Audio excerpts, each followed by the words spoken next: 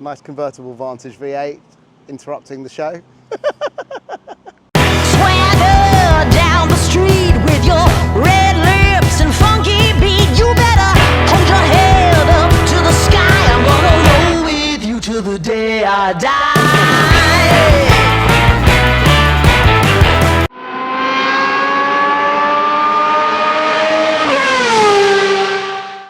Hi and welcome to Sam's Garage, and today we have a really exciting episode because we have not one but two cars owned by the same, well, I'm going to call him a lunatic because what he has created is just so special. So let's take a look at them. How cool are these? These, as you may recognize, are Honda CRXs, and this is a Mugen, which you would have thought would be a special enough car to travel all this way to come and see today. But this is a Speedster, a one-of-one creation by Christoph. And we're gonna have him on now. Hi, Christoph. Hi, Thank you so much for having me down. These are spectacular. Thank you. Like you have done, I mean, this is a rare car. Now, we were talking before we were on the, before we started rolling camera, we were talking about this, and apparently you said there's 100. There's around 100 left on the road. Registered on the road in the United Kingdom. Yeah. That's CRX, that's not Mugens, that's CRXs. CRXs, yeah. And the Mugen, you think that there's probably less than, is it about 10? So the real Mugens will be less than 10 in the UK, yes. But Right. a Mugen, cars with Mugen body kits will be more, yeah. Right, okay. So this is a special car. So this is not an original Mugen, is it? So I got to be honest. So it's a UK EE8. It's not an EF8. It's a Right. UK chassis. But it's got a where do I start? So it's got a Mugen body kit, replica Mugen body kit on it. It's got a glass roof conversion, which is amazing, which you probably haven't seen yet. No, I didn't even pick up on that. That is absolutely... It's spectacular. You get so much space for your head. That is so stunning. It's got leathered Cusco roll cage. Yeah. Just like TVRs, the roll cage is leathered. It's very nice. It hides the roll cage really nicely, so it's not in your face at all. Yeah, you know, I can see that. So all brown glass all the way around. Yeah. So normal glass is obviously blue or green. B16B out of a EK9 Civic, which is stroked to 1.8 litres with high compression pistons, Brian Crow stage 2 cams, and the piece on top, individual throttle bodies, which I built myself. So it's the Toyota 4AG throttle bodies. Yeah, yeah. And the reason I built them myself is because the Toyota individual throttle bodies that you can buy, they have the injectors in front of the throttle bodies, not behind. So away, which is great for wide open throttle, but it's really rubbish for idling. So what I did is I took an OEM intake manifold and cut off the runners. Yeah. So I have the injectors in the OEM position. And then I had somebody aluminium weld the conversion plate on, and then I've got the Toyota throttle bodies on there, and then the trumpets on there. Okay, so this is actually almost more special because that's a one-of-one creation as well. It's very yes, and so this car has been around the Nürburgring multiple times. It's a fully, ironically, from the two cars, this is the car that's fully set up. So front and rear chassis bracing, like it's got an ASR rear chassis brace and stiffer anti-roll bars front and back. Fully adjustable suspension, everything, camber, tow, everything is done. Big brakes at the front and back, obviously. Yeah. So you've driven this around the Nürburgring. Yeah. How many times did you say? I live in the UK, so I have to drive to the Nürburgring, which I try to do once a year, but since COVID, it's been more like once every 2 to 3 years. I think I've done about 50 to 60 laps on the Nürburgring.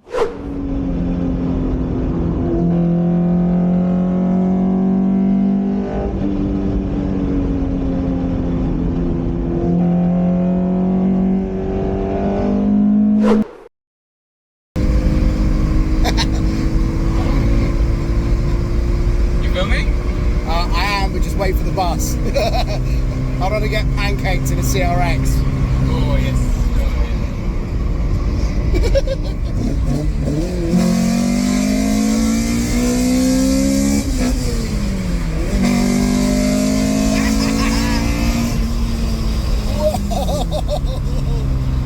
That is awesome. Probably weren't expecting that. No, I wasn't expecting that. Even though you heard it in front of you. But that's what this car's all about. The engine, all about the sound. Okay, so let's go back to some basics. So how long have you had the car for? Since 2008. And believe it or not, I've actually sold the car once before. I had the car and I had the chance to buy my dream car, an Alfa Romeo Zagato SZ. Now, somebody told me you had one of those. Now, yes. that... It was a never meet your heroes kind of moment. The CRX is light, nimble, agile, and you feel everything. And the SZ was the complete opposite, a big, heavy dog that was it uses a Bosch weirdo flap to realize how much air is going in, which means if you're on the motorway, you're doing 70 and you put your foot down, you can count to 3 before the car moves. And it's like... so I absolutely, like, to anybody who likes the Alfa Romeos out there, and specifically the Zagato SZ, it is the SZ, isn't it? Because yes, there was 2 types, isn't there? RZ and SZ, yes. RZ, so the RZ is the convertible and the SZ is the coupe, yes. Of course. And the only time I've ever seen an SZ on the road, it was being pushed by 6 people round a roundabout. And it's such a stunning car. It's amazing. Timeless look.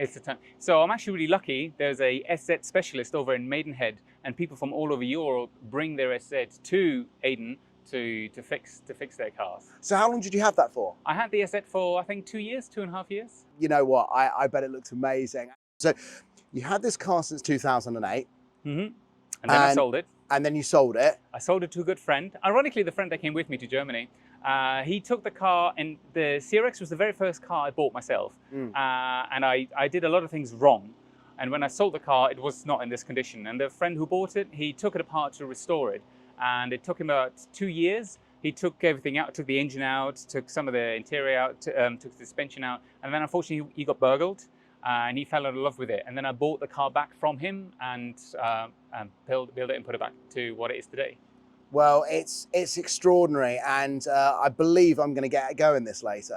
Yes, definitely. Okay, well, I'm very, very excited because, as you know, before today, I've never driven a CRX in my life. I've seen them, I love them, I've got buddies. In fact, one of our mutual friends put us in touch, and I know how much he loved his, and he still regrets letting it go.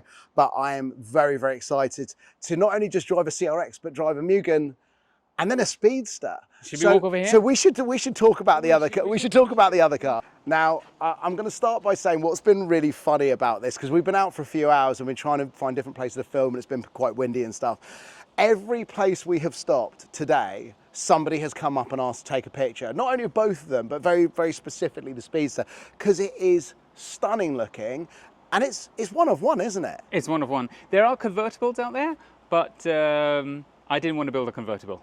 No, and what you've done here is absolutely extraordinary. And, you know, and I described you as a lunatic early on, and I mean that as a real compliment, because I love anybody who does something mad with cars.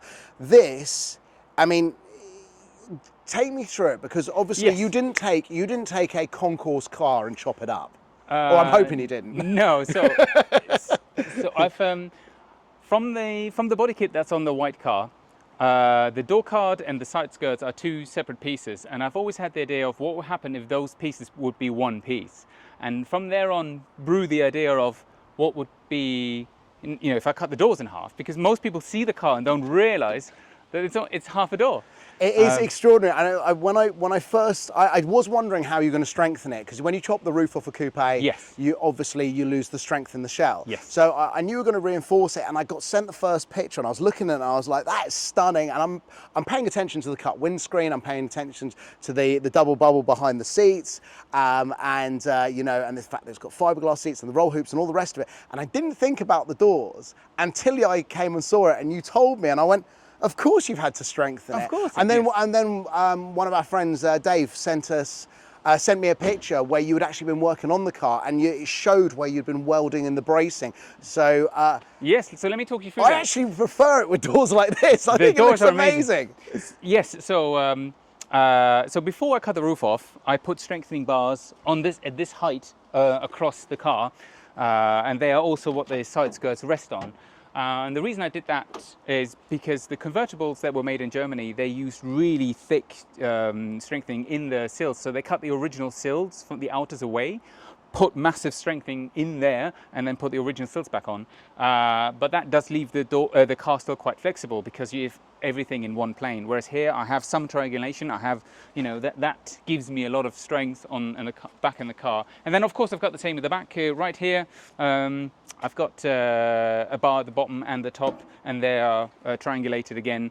To give stiffness is there, and yeah, it's been really great. As I've been driving it, I haven't heard any welds cracking yet, so that's good. That is a good sign. So, okay, so the big question is why? What? No, don't get me wrong. I love it, and it's the sort of thing that I would do. But why? Like, what made you go, you know what, today's the day I'm going to go and find a shell and I'm going to chop it up? Or was there a car that was like in such bad condition, you're like, there's nothing to lose by doing it with this car? So this started off as a bare shell with nothing in it, no wiring, no interior, just rolling. I had to buy wheels to put on it. And I started from there. It was a part finished project that somebody lost love in. So it used to be a D16 turbo, and I believe it had been in an accident. So it was then it was a track car only. And then the chap I bought it off, he was selling all his bits so he's selling the shell cheap. And the reason I bought it is because I said, do you still have the V5C? Can it still be registered? Yes, it can. So that was the jumping off point from there. But I think your question is why. I've had that dream for a long time. When the opportunity came, and like you said earlier, in the car community, there's so many opinions out there, and on YouTube it's like, oh, how much brake horsepower does this and that have? And that's not what my builds are about. Like, both cars are under 200 brake horsepower, and it's not about outright speed. And I drive to the Nürburgring with other cars in convoys with other cars who have twice as much brake horsepower than me, and they get there at the same time, and we get around the ring at the same time. It's more about the the vision of what I wanted to do. And I have to be really honest, like in a minute we'll change the camera and then you'll see the back, because the CRX, the rear of the CRX is so iconic, the triangles above the taillights. And when I told people I'm going to cut the back off, and I showed them the cut line that was continuing the door line or the on back, which cuts through the triangles, everyone was like, don't do that, use a Civic, like you're going to lose the triangles. And I got lucky because I took the Mugen wing and molded it into the car, and that gave me the shape that I needed to follow. And you can see the body line from here that follows all the way to the, and then all of a sudden kind of blends and disappears a little bit. I was going to say, you've done it remarkably well. So, I mean, it's very difficult to catch this on camera because I know that this is still a work in progress. One of the things that's worth mentioning is when I first got introduced to Christoph, he said the car's not finished, and you'll see the interior in a minute. There's door skins missing and things like that. And I said, well, I don't care, because I'm actually more interested in cars when they're sort of close to the end. And I know you wrapped this car yourself, and you said that you weren't particularly happy with some of the my wrapping finish. is terrible. Well, there's the wrapping, and you said the parts of the finish of the actual bodywork. And I don't care. First of all, it passes a 6-foot test absolutely fine, which is like one of those things that we say when we work on cars ourselves and we're not very good at what we do, or like we're 90% there, but we're not professionals. It looks great. You've got the main lines looking awesome. You've really got it right. And there's not a part of this that I think it feels wrong. It feels like if they had made one of these, that's what it would look like. So I've been trying to sort of like make pictures or think of ways of how I could. You see, I've made stickers and stuff. What was a logo that Mugen would have used if they had made this? So my idea in the background was like, if Mugen had made this, how would they advertise this? How would actually use AI to make a song, which is really funny. I gotta send you that. That's really good. So there's a few things which I got really lucky in. So one is the cut line of the window. Yeah. You drove the car earlier, so you would have noticed that like no wind would have come into your face. If you actually drove it and you put your hand above your face, you would have felt all the wind just right above your face. Yeah. And you know that my kit car's got a fly screen as well. Yes. So I'm very used to that sort of feeling that you can get a very small screen can get it to go straight over your head while you're driving. Right. So you said that you molded a Mugen spoiler. Yes. Into the back end, and that's how you got your line here. So from here onwards, so on the normal car, the normal car stops here. Yeah. And what I did is I cut the car that way with the metal left I took the Mugen wing and I cut the winglets off the Mugen wing. I held them up against the car, and then I got the shape, and I continued from there on. The rain runners from the tailgate, those I cut off and re-welded into the car. So that's how I got the shape. And the deck lid is for my Renault 19 convertible. Yeah, I when we spoke on the phone, I said I recognised it, and when you told me, I was like, yeah, of course it is. So including the leather work as well. That wasn't black when I got it. It was grey, and then I used leather dye to dye it black. But as I said, the shape is like the shape you've got into this, and I love. And I'm going to take some shots, in a minute. But I love how this hangs over the back. Yes. It's almost like, when they do like a long tail car. I know it's not obviously not that long, but it's that sweeping shape off the back of the car, and it's hanging, and it's all one piece, and it looks stunning. I will get some shots of that. The other thing about, since we're at the back, I think it's only fair we talk about the exhaust. So I cut the spare wheel well out of the car and raised the exhaust. Right. And obviously closed it up back off above, and then the exhaust hangs off that. Yeah, because that exhaust system is going through basically where the bottom of the boot was. Yes. But still obviously underneath the car. It's outside of the car. And I have an exhaust bypass valve as well. So when you're driving normally, that's through the back box, and then if I open the bypass valve, then it will come out of that way. Nice. So it's not wired in yet because I've literally only just got to the stage where it's taxed, MOT'd, and on the road, and there's a few bits and pieces I still need to do. Because you got it to this stage last week. Yes. We spoke. 2 days later, you drove it to Germany. 8 hours. 8 hours each way. Each way. You didn't take it around the Nürburgring, but you went and met your buddies. So I didn't take it around Nürburgring because I went there to see friends. It was an EE meet. That's why I was there. And unfortunately, the friend who came with me couldn't leave on Thursday. So I should have left on Thursday. Then we would have the Friday to go around the Nürburgring and do a bit of a tourist viewing. But because we could only travel on Friday. We travelled on Friday, and then on Saturday we had the meet, and we had Sunday for ourselves.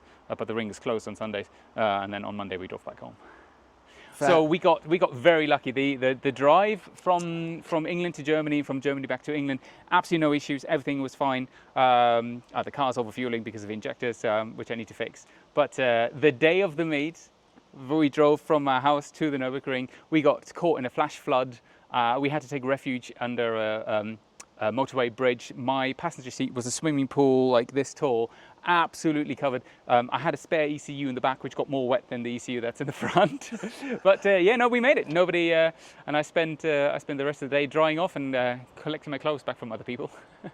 Well, there's I've been doing cars for a long, long time, and I know there's a lot of people watching this that think finishing a car and then driving it 8 hours into Europe the next day is not the sort of thing that most people would want to do. Get caught in a very heavy storm as well probably would have made me certainly incredibly nervous about the whole thing. Both cars that were driving, we were aquaplaning. It was country roads. We were driving towards the motorway, and we stopped underneath a motorway bridge because that's the first bridge we got to. But yeah, we were both like sideways. It was just so much water. People just don't understand. It was just.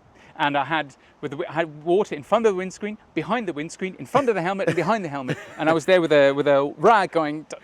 And in the passenger seat. And the passenger seat was the swimming pool. Yeah, that was quite funny. Well, look, I am over the moon that you've had me along today. I mean, we're obviously going to take them for a drive now and get some more shots.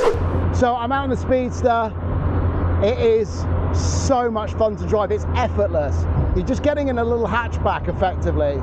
So the steering wheel's in really nice position. The seat's really comfortable because it's a molded fiberglass seat, and the gears are really easy, and it's just so much fun to drive. And it's pretty. It's really pretty. So I've got a little bit of space now, so let's open this up.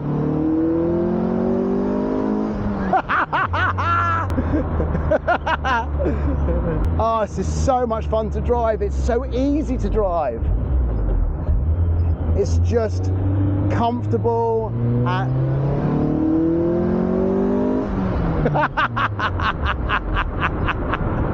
oh, this is so nice. I missed a gear there. I would just like to say that I am so grateful. I mean, you've been so accommodating. You literally couldn't do more for me. You hadn't heard of me a week ago, and then we spoke. You couldn't wait to get the cars out to show them off. You absolutely deserve to as well, I would also like to say. And it has been so much fun. Yes. Coming up and seeing you and being shown around these two cars. Thank you for coming. It's been great. I have loved it. Christoph, thank you so much. Thanks, Sam. And I look forward to having you back and seeing this because I know you've got more stuff you want to do to it. Yes. So the car is OBD0 at the moment. So everything is standard, engine-wise and electronics. I want to convert it to OBD1, get it running. I actually have a link ECU to go in, and I will go coil and plug. Go proper OBD1 conversion, and then once that's running, I'm going to go turbo. You're going to go turbo? I'm going to go turbo, yes. So the reason that, and actually, when you see the pictures of the front bumper, you saw that I cut the front bumper extensively, not the side buckets, but the front to elongate it ever so slightly, which you can't tell, is to accommodate an intercooler behind the grille. Right. So there's enough space for the normal radiator and the intercooler without cutting anything away, because you see some of the other Mugen cars which are turboed and the intercoolers right at the front, they've cut the depth of the bumper away, and I've made it so I don't have to do that. The intercooler fits behind quite neatly. So you've been preparing for the end game all the way through. Yes, so this is, yes, so I didn't want to take, so the engine in the white car is very special and very tasty. I didn't want to, it wasn't, that's not what the white car's all about. We can drive and we can have a conversation at this kind of level, and the exhaust is very quiet, and everything seems hunky-dory, and then drop a gear to disappear, and then you can't hear me anymore. Look, thank you so much again. It's been an absolute pleasure. The cars are amazing. Keep up the great work. If you've enjoyed what you've seen today, please like, share, subscribe. And if you know somebody who's got something very special, these one-of-one creations, these people like myself who spend hundreds of hours in their workshop on their own, building something that no one else has got, and you want them to come on the channel, I'd really appreciate you getting in touch. Anyway, Christoph, thank you. Thanks everyone, we'll see you soon. Swagger down the street with your red lips and funky beat. You better hold your head up to the sky. I'm gonna roll with you till the day I die.